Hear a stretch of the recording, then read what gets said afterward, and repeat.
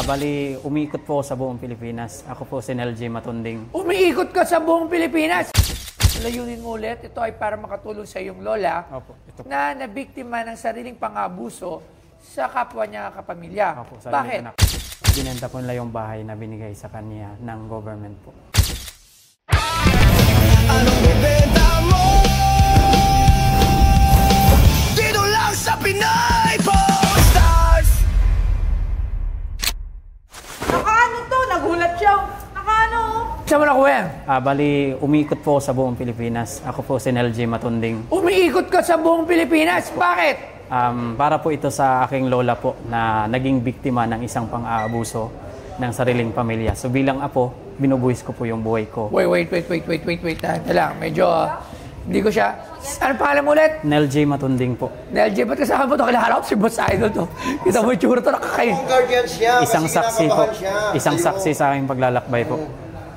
Sumasama niya sa'yo? Bali, sinaksihan niya po yung paglalakbay ko mula na nagsimula po ako sa Bukidnon, Mindanao po. Nagsimula sinamahan ka na niya? Sinusubaybayan na po niya ako yung biyahe ko social po. media kasi may page din siya. Pinopost na po. Sikad Pilipinas, Sikad Pilipinas po yung kilala po. Sikad Pilipinas, Sikad Bukidnon. Yes, kasi nagsimula siya sa Bukidnon. So, ano ginagawa mo, literal? Umiikot ako sa buong Pilipinas using pedicab po, bike with sidecar po. Pedicab? Yes po, ito po yung picture po. So, ito.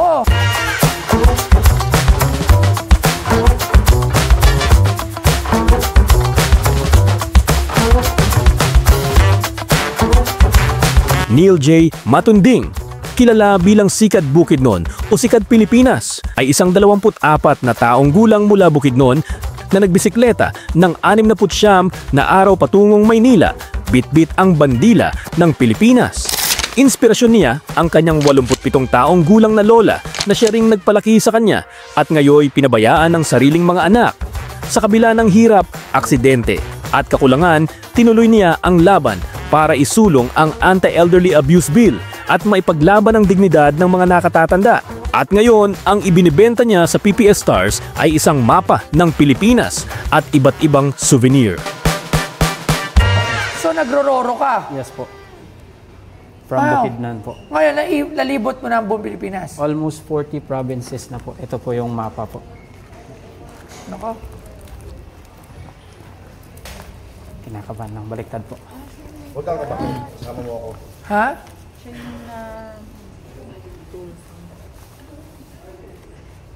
Siya yung ano? Na umiikot sa Pilipinas. Anong page mo? Sikad Pilipinas po. Yan po yung ginawa. Konti pa ng followers mo. Opo. Bali, hindi po kasi ako nakafocus kasi sa pag-upload po. More on courtesy visit po ako sa mga governors at mayors po. Kaya na-meet ko din po yung isang content creator po sa Apayao. Nung time na nandun po kayo, late na po akong dumating. Ilalapit niya sana ako sa inyo po para makausap po kayo about dito sa ginagawa ko po. Alright, Sikad Pilipinas. So, ano naman ang layunin mo ulit? Ito ay para makatulong sa iyong lola na nabiktima ng sariling pang-abuso sa kapwa niya kapamilya. Bakit? Tingnan ko. Ito po yung parang yan po yung purpose ng biyahe ko po. Nakasaad po dyan at 3 wheels of mission po for my 40 provinces na napuntahan na po. Anong nangyari sa lola mo? Abandonment and neglect po, and then the property that given by the government is sold by not legal process po. Okay. Sa taga-saan ang lola mo? Don Carlos Bukidnon po. So, si lola mo inabandon na ng mga anak? Yes po. Ng mga kapatid ng tatay ko. Opo.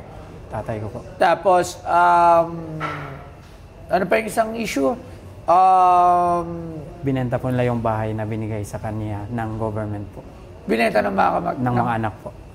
Saan si lola mo? Wala na po siya. December 2023 po. Habang bumabiyahe po ako, nasa Occidental Mindoro po ako that time.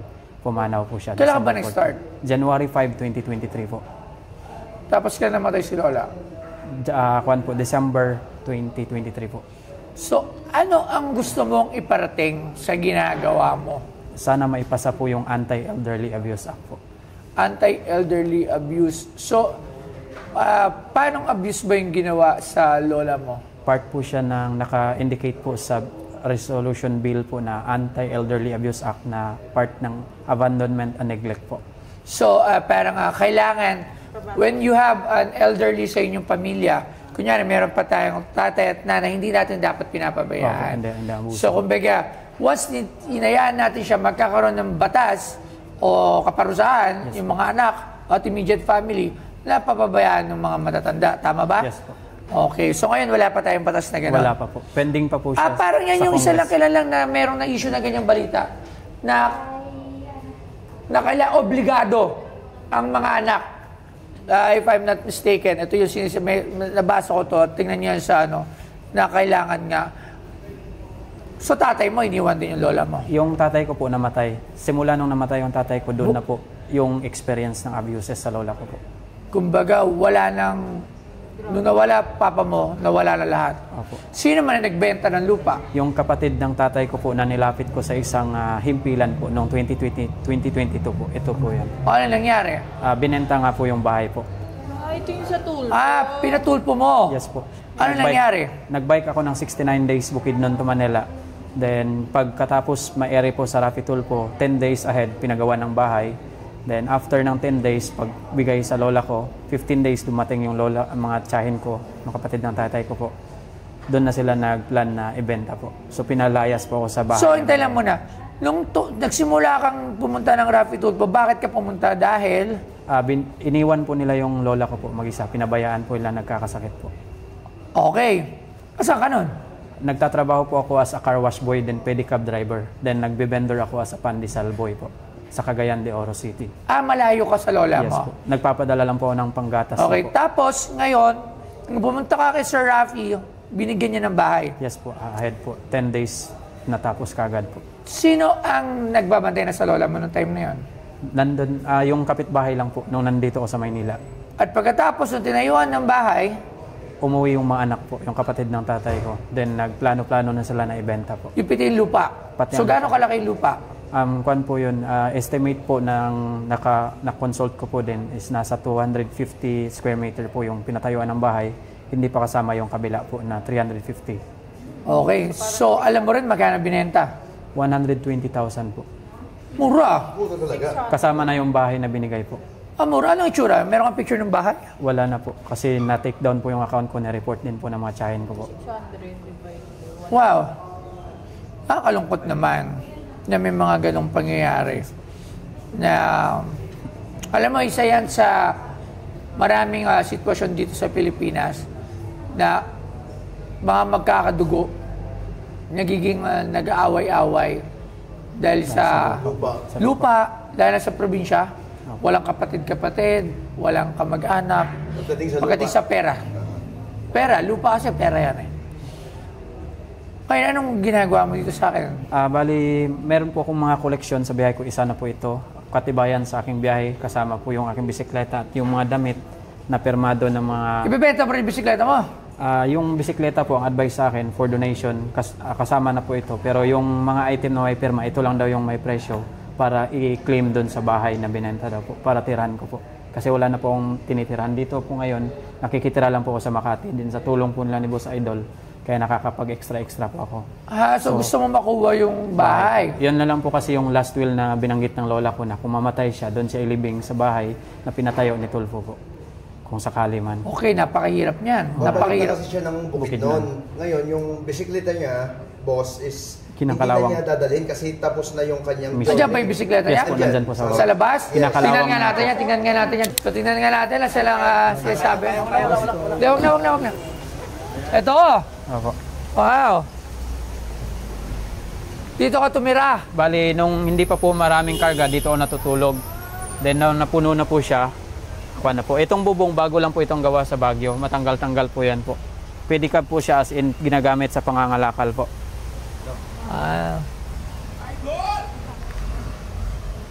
Lahat na po Okay. itong mga sticker na napuntahan ko na po. Yung pinakamalayo po dito, Tawi-Tawi at Apari po. Tawi-tawi ito, Oh. pare. Alright. Alright. Itong mga tarpaulin po, mga support na po Pinaprint ito. mo? Hindi po ako nag-print po. Ng mga tourism, then also yung mga printing services na connected sa LGUs po. Sila po yung nagpiprint nito at nire-receive ko na lang po. Okay. So, sobrang dami na takpan na yung iba. Alright, so tara, tingnan na natin. Nakita na natin siya. Okay, so hindi lang ha.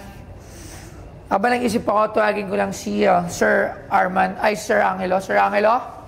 Halika, sir. So habang iniisip ko to ngayong memorabilia. So ito, mga emblem. Ito, ang ganda rin. Key to the city. Wow, binigyan ka ng key to the city. Binigyan ka ng key to the city. Pero may, ano ba yan? Ano ba yan? Ilaw na Ano siya, yung mga key to the city, binibigay siya sa mga noteworthy na visitors ng isang Wow. lugar. Lahat ng city meron ganyan. Ano yan, symbolic yan. So, hindi lahat ng city nag-i-issue. Pero, siyempre, pag yung city, dinisidean ka na bigyan ng key to the city, sabihin, welcome ka dito sa syudad na. Baka naman yung mga meron naman dyan. Lagi nyo, welcome ako sa inyo. Wala pa ako natatanggap na key of the city. Ano ba kayo? Ay! Bangon! Kilos ha? Hindi, joke lang. O, yan. Gusto ko matanggap nito ha? O ha? Nasusunod natin ano natin yung key of the city. Okay. So, ito, Yan naman. seal ng City of Lapu-Lapu, no? Na, siyempre, binigay din siguro sa kanya bilang pagkilala. Token of appreciation. Effort na sa kanyang pinagagawa bilang bisita rin ng siyudad ng Lapu-Lapu. Yun. So, very specific sa kanya to, lalo tong Key to the City. Ilan lang talaga nabibigyan ito. Ng key of the city. Ng Key to the City. Ilan lang daw ha, mga mayor ha. Yan. So, actually, wala siyang value dapat na ina-assign eh.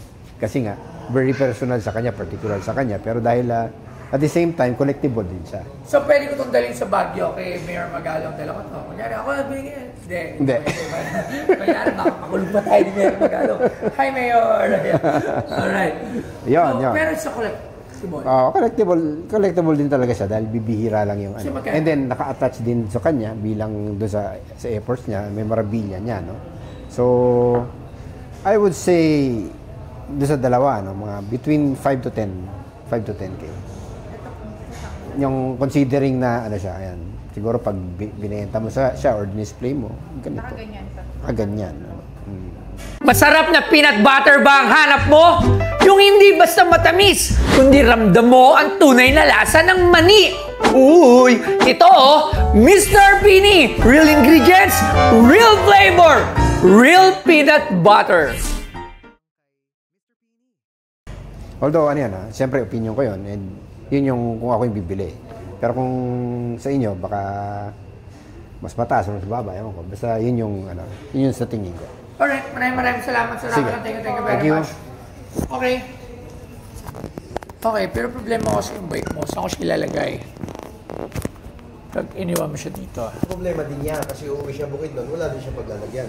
Yan ay payo sa kanya ng staff ni Tulpo is dalhin mo kay Postoyo, baka ma-preserve niya kasi masisira lang din. Sayang yung alaala. Bilang pag-alala sa Okay, ako the best price para sa lahat ng itong alaala mo. Kasama na itong... Nag-usap kami ni Loves. Bibigyan kanya ng 5,000. 5,000 sa akin. Tapos 10,000 dito. 20,000 pesos. That's the farthest that we can go. Pwede mo rin iuwi yung sidecar. Hindi namin yun. Kumbaga, kung merong iba pang gustong bumili noon, try mo ibenta. Okay lang. So, siguro ako, kunin ko lang ito para may katibayan lang ito. Tsaka para makita ka dito, sino ba to? Kanino ba to galing? Diba? So, parang pag tinanong lang dito. Pero, yung iba, pwede mong iuwi yung sidecar. Baka may bumili pa ng iba. Or kung ano man. Pero kami, Ito, magkano mo siya? Balik 10. hindi, dito, 10,000. Bigyan natin ito, hindi natin tatawaran. Ako bigyan kita personal. Tapos bibigyan niya 5,000, bibigyan kita ng 5,000 for your effort para sa pagmamahal mo sa lola mo. Kahit wala na siya. Pero ngayon, ang sinasabi ko sa'yo, napakahirap na magiging laban mo. Hindi biro yung sinasabi mo na kahit may 120,000 ka, baka hindi na ibigay sa'yo yung lupa. Hindi, sa tingin ko. kinonsult na din namin sa Bukidnon po. Ang advice lang nila, kung willingness lang daw po, yung bike daw talaga is pwede daw siya sana ipalit sa lupa. Kaso hindi na nga po siya tatanggapin ng Bukidnon kasi yun nga, medyo na din kalawang na. So habang nandito ay hinahanapan ko po ng paraan sana po. Kung pwede dito lang siya may preserve sana po. Pupunta ka ba ng Bukidnon na uwi ka na? Uuwi sana ako po kung maiwan yung bike tapos i-claim po yung lupa. Gagawa ng agreement po na hindi na mangingialam yung anak. Tapos yung mayor namin, gagawa din sila ng resolution na hindi na makakapakialam yung mga anak sa lupa na ibigay po sa matanda. Pero, wala ka rin karapatan sa lupa ng lola mo. In the part, Legality kasi alam mo, the immediate family of your grandmother will be her daughter or her son or mga anak. Hindi sapo. Unless there's a statement, written statement na talaga sa iyong pinapamana or last will statement na sa iyo pinapamana ang lupa na yun. Pero if wala ang makuha mo doon yung parte ng tatay mo. yan po, yung sa lupa na tinirikan po ng bahay. Ilan kayo magkakapatid?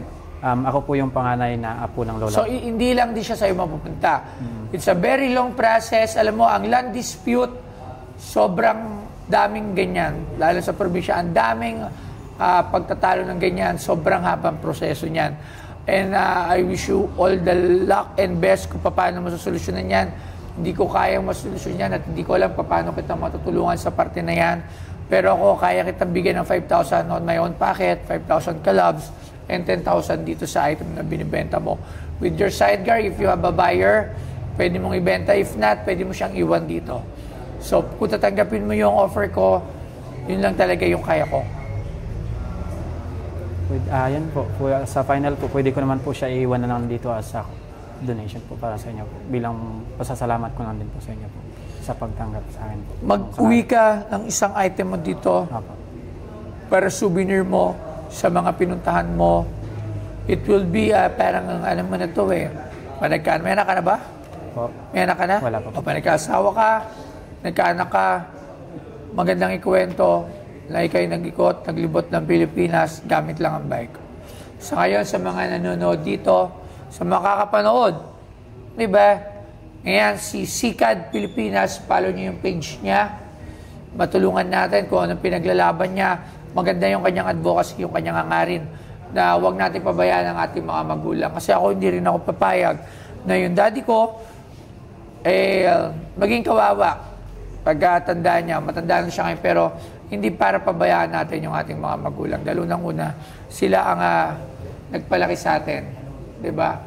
So, suklihan natin ng utang na loob yung ating mga magulang. Diba? So, okay na tayo? Then, yung kwan pala po, kay Mayor Leopoldo Batawil na binigay sa akin po sa Lingayen. Taga doon daw po kayo Ito po yung special. Sa Lingayen? Ito po yung binigay niya po sa akin. Then, ito po yung damit na sinuot ko nung nagputo off po kami. So, hindi pa po talaga ito na wash po. Nakwento mo ba sa kanya? Yes po. Taga-Lingayen na po ito na wash po. So, yes, Lingayen Pangasinan. Daddy ko, ang lolo ko, lahat taga-Lingayen Pangasinan. Infanta ako Quezon? Hindi, Pangasinan din. Ay, balakala ko Diba Lingayen, Dagupan, Burgos. Yan. Infanta. Boundary ng Sabalis. Okay. Ikaw, magdala ka dyan ng para sa'yo. marami po. Ito po. Ayan, iuwi mo yan. Opo. Kasi souvenir Dito po mo yung yan. mga banner na may mga pirma po. Ilan taon ka na? Nag-24 po ako noong July 21. Sobrang bata mo pa. Nagawa mo nga mag-bike ng Pilipinas ng Lapadjak. Kaya naniniwala ako na mas marami ka pang magawa sa sarili mo. Ngayon, ang focus mo sa sarili mo, mag-focus ka paano mo ma-upgrade yung pamumuhay mo. Kasi nagawa mo nga yung mga gatong bagay at sa tingin ko may magagawa ka pang ibang mga bagay. Advice nga po nila mag-aral daw po sa ALS po. Kasi hindi po nakapagtapos ng elementary din po. Grade 5 lang. So, babalik ka na bukid doon? Yes po. Para i-claim po yung bahay doon po. Then gagawa ng agreement daw po. Kasi doon daw po ako titira. Yun naman din po yung willingness na matyahin po na gagawa ng agreement na hindi na sila mangyayari. Baltaan mo, pag nasa bukid doon ka, punta na doon. Thank you po. Boss Idol, maraming salamat. Thank you very much. Sige, magkita-kits tayo. Message yung number natin. Isang karangalan po na makapunta dito sa PP Star po. Maraming salamat po. At ako po si Sikad Pilipinas, ang nag-iikot sa buong Pilipinas po. At isang malaking karangalan po ito na maka-experience at makapasok dito. Maraming salamat po, Boss Toyo, at kay Ma'am Love. Thank you very much po sa inyong pagmamahal at suporta sa aking naiwang memorabilia dito sa inyong museum po. Thank you very much po.